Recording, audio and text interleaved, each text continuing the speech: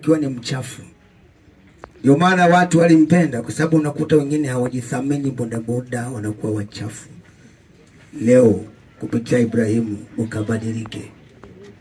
Ndio maana mmekuja. Kwa hiyo bodaboda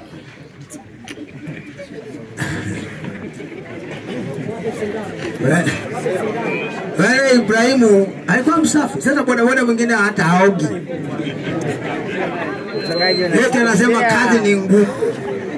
Najua tunaomboleza, lakini nataka kutoa sifa za nani? Za Ibrahimu. Ibrahimu alikuwa msafi, hata picha yake pale mnavyoiona na ngao. Na kwa sababu tu adui mauti ndiyo amesababisha Ibrahimu aondoke. Sasa neno la Mungu tumesema hapa kwamba mkimpoteza mtu huyu, naomba bodaboda tusikizane. Huyu alikuwa ni mzee Yakobo. Yakobo alipotolewa na mtoto wake anaitwa Yusufu. Lakini katika Yusufu alikuwa pamoja na mdogo wake Benjamin. Mzee Yakobo hakuona Yusufu, aliambiwa amekufa. Alivyoambiwa amekufa, msiba ukaingia kwa mzee Yakobo. Hata walivyokuwa wamekwenda ndugu zake wakamtaka kumuua, baadaye ni neema ya Mungu ilishuka, Yusufu hakuuawa.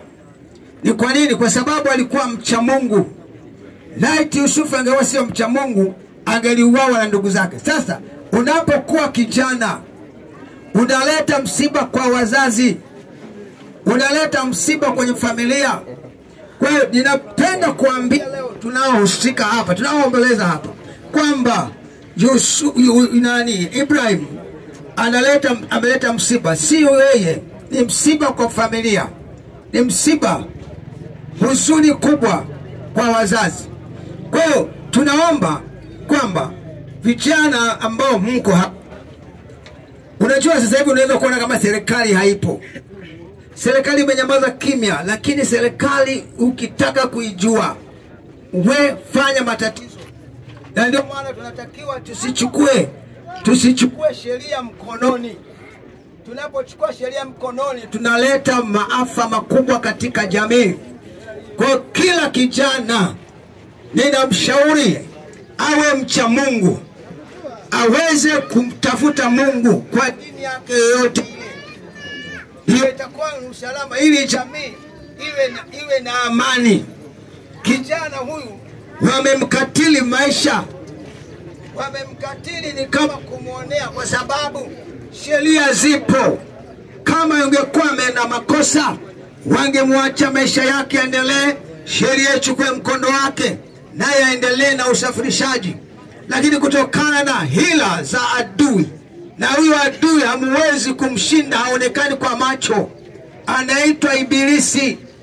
Ibilisi akikusukuma kuua utaua, akikusukuma kuiba utaiba, akikusukuma kufanya mambo ya uovu utafanya. Lakini kuna kitu ambacho kinatusaidia, ndio maana tukawekwa wachungaji tukuongoze kijana ili ufikie uzee. Hatupendi kuona wazee, tunazika vijana. Tunatamani kuona watoto wetu, vijana wetu, tunawapa mahusia, wanakamata nyayo zetu. Hii ni msiba mkubwa kwa Ibrahim, kwa watoto hawa ambao na ndugu zake na jamaa wote.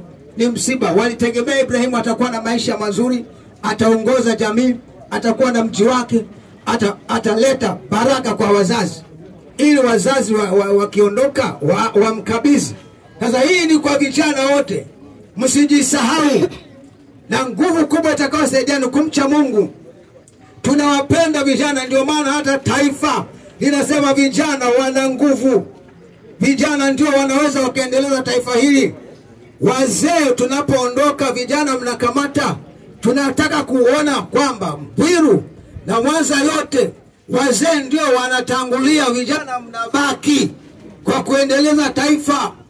Sio vijana mnaondoka. Msiseme tu kwamba kifo ni kifo, hapana. Kufa kupo, lakini kwa saa iliyokubalika ya Mungu. Kuna vifo vingine vinalazimishwa, kama hiki amelazimishwa. Wala mimi sisemi kwamba eti saa yake, hapana. Umelazimishwa. Kuna pepo ambaye amelazimisha Ibrahimu auawe. Ilikuwa Ibrahimu awepo. Kwa hiyo usiseme tu kifo ni kifo. Ninawaomba vijana mkae mkijua kwamba saa nzuri na wakati mzuri wa maisha yenu ni kumcha Mungu. Mugeuke mumche Mungu. Muache mambo ya uovu. Serikali inawatazama nyinyi. Serikali inawatafuta nyinyi. Na ukiona serikali haikugusi, wewe sio mwovu. Lakini serikali ikikugusa ina maana wewe ni mwovu. Kwa kila mmoja ageuke amrudie Mungu. Ni saa hii mwenzetu ameondoka. Ni kweli. Ndio maana baba yule akasema, na huyu nikimkosa mvi zangu zitakuwa msiba na kaburini. Kwa hiyo huyu nikimkosa, ina maana watoto wawili ni wakosa. Akasikitika mzee Yakobo. Kwa hiyo hata hapa baba wa Ibrahim anasikitika, mama wa Ibrahim anasikitika. Na huyu nimemkosa. Alitegemea Ibrahim atakuwa nguzo, atakuwa kiongozi, atakuwa faraja kwa wazazi, atakuwa baraka, lakini leo tunaenda kumzika. Kwa hiyo hii iwe fundisho kwa sisi vijana. Iwe fundisho na kumbusho kwamba tunatakiwa tuishi vizuri. Na tunapoendesha bodaboda zetu, tujue sheria za barabarani. Tujue sheria za barabarani. Tusikimbie tu mradi. Hiyo yote hiyo unajiondolea wewe maisha yako duniani. Kwa hiyo na Mungu azidi kuwafunika. Kwa hiyo hakuna njia nyingine isipokuwa ni Kristo.